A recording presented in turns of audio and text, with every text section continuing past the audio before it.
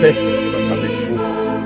Nous sommes arrivés au 21e dimanche du temps ordinaire. Dimanche passé, Jésus nous disait qu'il n'était pas venu apporter la paix, mais la division entre ceux qui sont pour lui et ceux qui sont contre lui.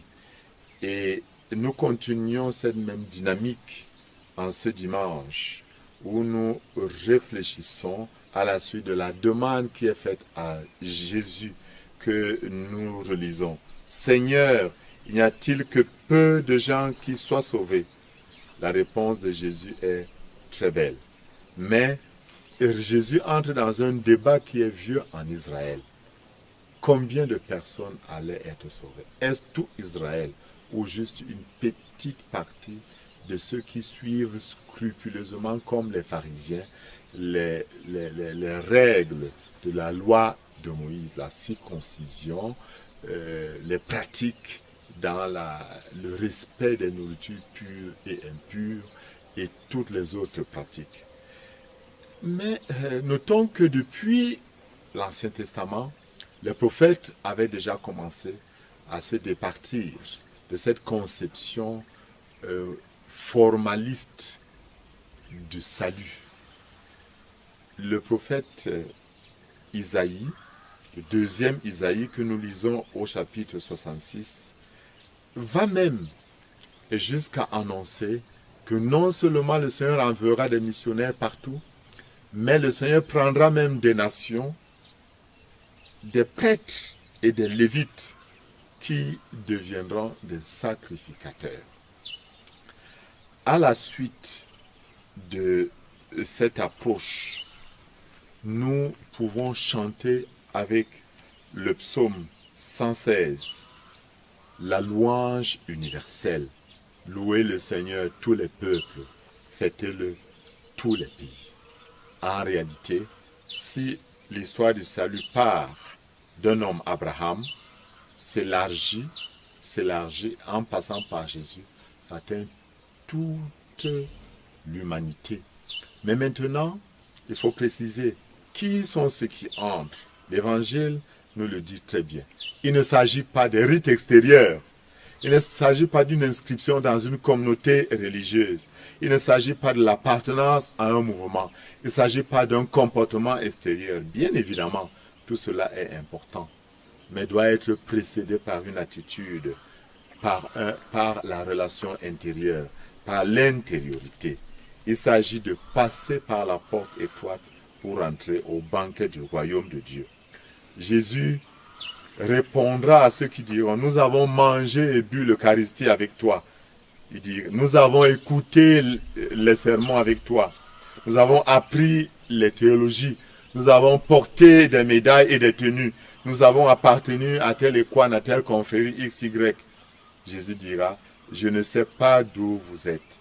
Éloignez-vous de moi, vous tous qui commettez l'injustice. Le grand critère du jugement, c'est soit on commet l'injustice, soit alors on est pour la pratique de la justice. Dans nos familles, est-ce qu'on est juste? Dans le traitement que moi, une épouse, j'inflige à mon mari, moi le mari, j'inflige à ma femme, est-ce que c'est une manifestation de l'injustice ou de la justice?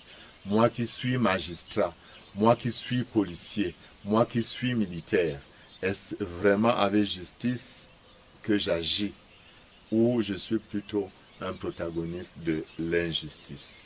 Dans nos bureaux, dans la gestion de la chose publique, même dans nos associations de quartier, oui, il y a une nécessité de pratiquer la justice. Jésus regarde les cœurs, Jésus regarde les consciences, Jésus regarde la vie. La pratique extérieure doit correspondre à ce qui est dans notre cœur. C'est du cœur que sortent les intentions mauvaises ou les intentions bonnes. Nous disons en Bassa, c'est le cœur qui partage le mets. C'est ce cœur-là que Jésus regardera.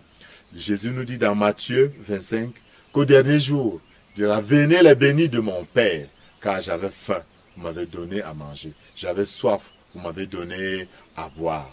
C'est ceux qui se préoccupent de l'orphelin.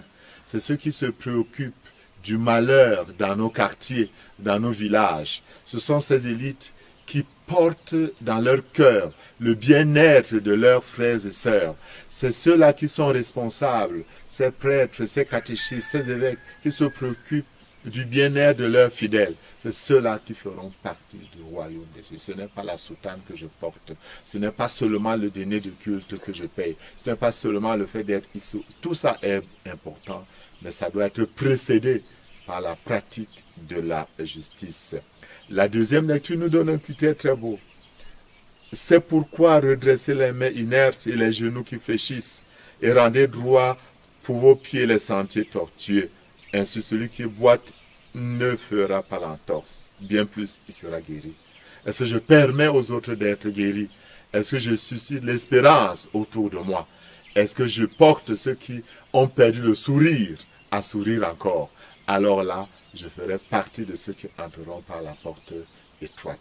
Oui, c'est ça. La foi doit porter des fruits vrais, des fruits qui demeurent. Et que Dieu Tout-Puissant, en ce jour, nous donne de porter des fruits et qu'il nous bénisse pour notre Père, notre Fils et notre Saint-Esprit.